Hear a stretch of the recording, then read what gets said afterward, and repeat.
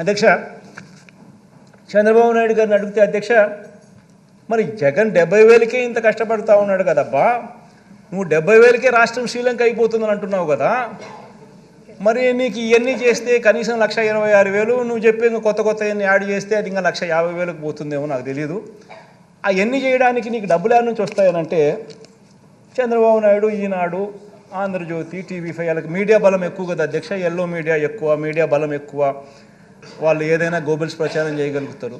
వాళ్ళందరూ ఏమంటారు, చంద్రబాబు నాయుడు సంపద సృష్టిస్తాడు. ఆశ్చర్యం అనిపిస్తుంది అధ్యక్ష, చంద్రబాబు నాయుడు సంపద సృష్టిస్తాడు అని అంటాడు. సరే పోనీ సంపద సృష్టించే కార్యక్రమం ఆయన కొత్తగా ముఖ్యమంత్రి ఇప్పుడు ఫస్ట్ టైం కావడం లేదు కదా, ఆయన ఫస్ట్ టైం ముఖ్యమంత్రి కావడం లేదు కదా, ఆయన సంపద అనేది ఆయన 14 ఏళ్లలో ఆయన సంపద సృష్టించుంటారు కదా. సో 3 సార్లు ఆయన ముఖ్యమంత్రి అయినాడు. సో 3 సార్లు ఆయన ముఖ్యమంత్రి గతంలో పనిచేసినాడు. పనిచేసినప్పుడు ఆ గత ట్రాక్ రికార్డులో ఏ మేరకు ఆయన సంపద సృష్టించినాడు అని కూడా ఒకసారి చూస్తాం అధ్యక్ష. ఎందుకంటే అందరికీ, ప్రజలందరికీ కూడా, ఈ సభ ద్వారా ప్రజలందరూ కూడా ఇదంతా కూడా చూడాలి. ఏ మేరకు ఆయన 14 సంవత్సరాలు ముఖ్యమంత్రిగా ఉన్నప్పుడు, 3 పర్యాయాలు ఆయన ముఖ్యమంత్రిగా పనిచేసినప్పుడు ఏ మేరకు ఆయన సంపద సృష్టించినాడు, ఎందుకంటే అప్పుడు కూడా ఎప్పుడు మేనిఫెస్టో అమలు చేసింది లేదు, ఎప్పుడు కూడా ఆయన అమలు చేసింది లేదు. కాబట్టి అది కూడా చూద్దాం అధ్యక్ష. ఏ మేరకు చంద్రబాబు నాయుడు గారు సంపద సృష్టించిన ట్రాక్ రికార్డ్ ఏమిటని చూద్దాం అధ్యక్ష. అధ్యక్ష, ఇది ఒకసారి గమనించినట్టయితే అధ్యక్ష, రాష్ట్రం అధ్యక్ష ఆయన ముఖ్యమంత్రి కాక మునుపు వరకు 1993 దాకా కూడా రాష్ట్రం రెవెన్యూ సర్ప్లస్ అధ్యక్ష. ఈయన ముఖ్యమంత్రి అయిన పీరియడ్ అధ్యక్ష 1994 నుంచి ఏ సంవత్సరమైనా తీసుకో అధ్యక్ష, మచ్చుకు 10 సంవత్సరాలు చూపిస్తున్నా అధ్యక్ష. ఇక్కడ కనబడుతుంది ఊరికి నెంబర్స్, ఎందుకంటే అది ఇప్పుడు పెట్టామనంటే ఇంకా యాటికాటుకు పేపర్ పెరిగిపోతుంది కాబట్టి ఊరికి మచ్చుకు 10 సంవత్సరాలు చూపిస్తా ఉన్నాం అధ్యక్ష. ఏ సంవత్సరం అన్నా చూసుకో అధ్యక్ష, చంద్రబాబు నాయుడు గారు ముఖ్యమంత్రి అయితే అధ్యక్ష రాష్ట్రం రెవెన్యూ డెఫిసిట్. మళ్ళీ చంద్రబాబు నాయుడు గారు ముఖ్యమంత్రి 2004-05 దిగిపోయినాడు అధ్యక్ష. 2005-06 నుంచి దివంగత నేత నాన్నగారు ముఖ్యమంత్రి అయినారు అధ్యక్ష, రాష్ట్రం రెవెన్యూ సర్ప్లస్. మళ్ళీ 2014-15 చూసుకోండి అధ్యక్ష, చంద్రబాబు నాయుడు ముఖ్యమంత్రి అయినాడు, మళ్ళీ రెవెన్యూ డెఫిసిట్. మళ్ళీ రెవెన్యూ డెఫిసిట్ ప్రతి సంవత్సరము కనిపిస్తూ ఉన్నప్పుడు, ఏ సంవత్సరం చూసినా రెవెన్యూ డెఫిసిటే కనిపిస్తూ ఉన్నప్పుడు మరి సంపద ఎక్కడ సృష్టించాడో అని అడుగుతూ ఉన్నా.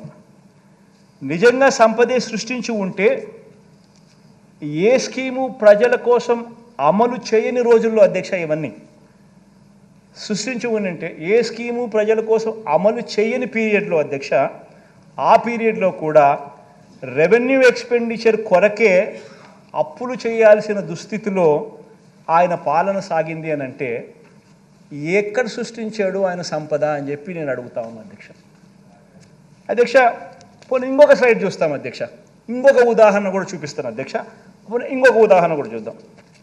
నిజంగా కూడా అధ్యక్ష ఆయన అంత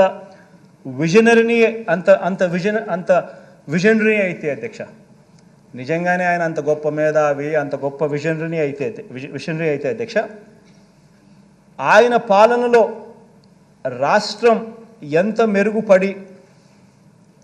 మెరుగుపడి ఉంటే అధ్యక్ష, దేశం జీడిపిలో అధ్యక్ష మన రాష్ట్ర వాటా అంటే మన GSDP వాటా నిజంగానే అంత ఆయన విజనరీ అయితే అధ్యక్ష,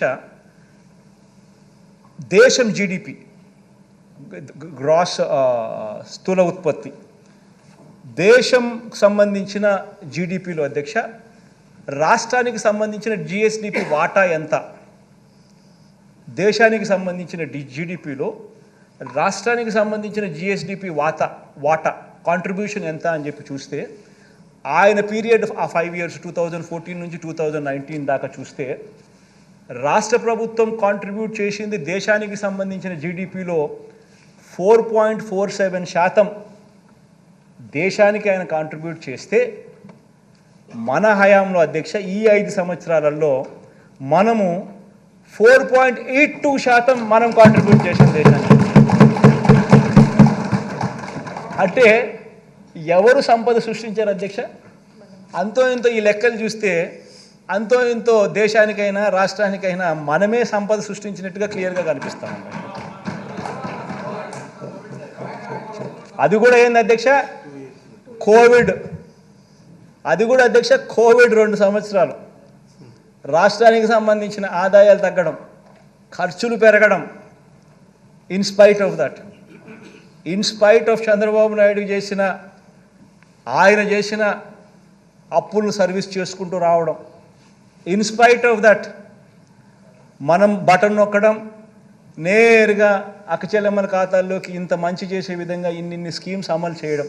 ఇన్స్పైట్ ఆఫ్ దట్ ఆయన హయాంలో ఏ స్కీము లేదు, ఏ బటను లేదు, ఏ మంచి చేసింది లేదు. అయినా కూడా రాష్ట్రానికి సంబంధించిన GSDP contribution into GDP into national kitty of జీడిపిలో చూస్తే 4.47% ఆయన హయాం జరిగితే మన హయాంలో 4.82% మనం కాంట్రిబ్యూట్ చేస్తున్నాం. క్లియర్గా కనిపిస్తాం.